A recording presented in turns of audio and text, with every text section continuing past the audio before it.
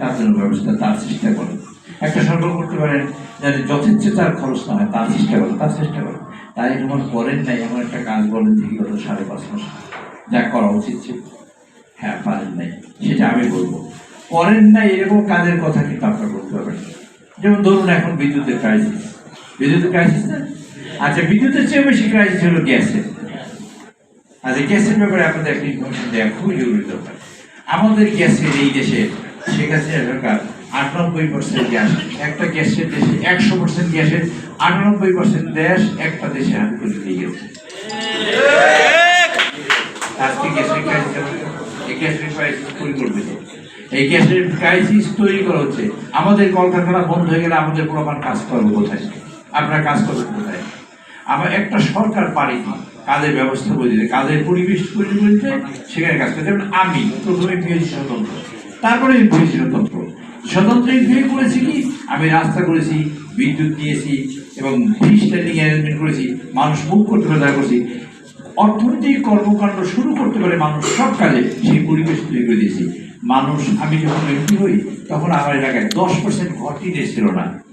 আমি যখন, এবং মানে প্রতিদিন কমপক্ষে 50-100 জনকে ভিক্ষে দিতে হইত। অত্যন্ত গরিবের এলাকার থেকে আমি এমপি হয়েছি, একদম সাগরের পাড়ে বর্ধমানে।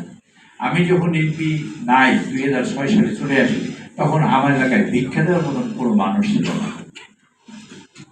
সেটা আমি এখানে বলে গেলাম, আপনার খোঁজ নিয়ে। আমার এলাকার তখন তৎকালীন সময় প্রায় 35% ঘরের বিল্ডিং হয়েছে, 100% ঘরকে টিনের ঘর করেছে, 100% গরু ঘর, মানে যেখানে গরুর ঘর থাকবে তাও টিনের ছিল। আমার শিক্ষার ছিল সবচেয়ে নিচে, বাংলাদেশের সর্বোপরি নিয়ে গেছে সেই পাথরঘাটা এবং বাংলা শিক্ষার হার। আমি 19 নম্বরে কি দিয়েছিলাম মানুষকে আশা দিয়েছিলাম, স্বপ্ন বুনতে শিখিয়েছিলাম, স্বপ্ন বুনতে শিখিয়েছিলাম, স্বপ্ন দেখতে শিখিয়েছিলাম, আর কাজ করতে উদ্বুদ্ধ করেছিলাম। তাই আমাদের এই কাজ এখন করছেন,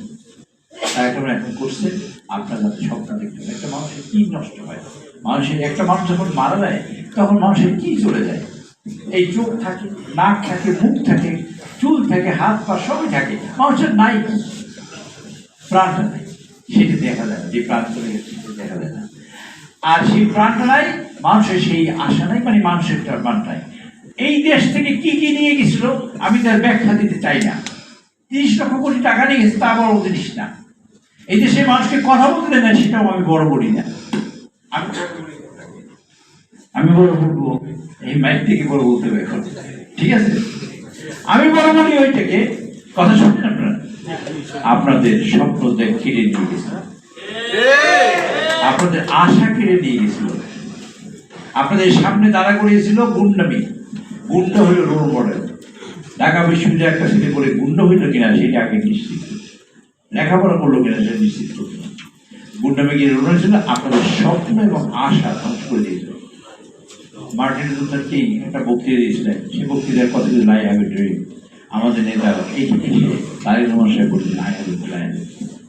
আপনাদের জন্য প্ল্যান, আপনাদের স্বপ্ন 5.5 মাসে, 5.5 মাস ধরুন আপনার বয়স, জন্মের পরে কি করতে পারেন? বিছনায় পায়খানা পেশাব করে থাকা, কিছু করতে বুঝতে পেরেছি তো। ভাই এখন সবাই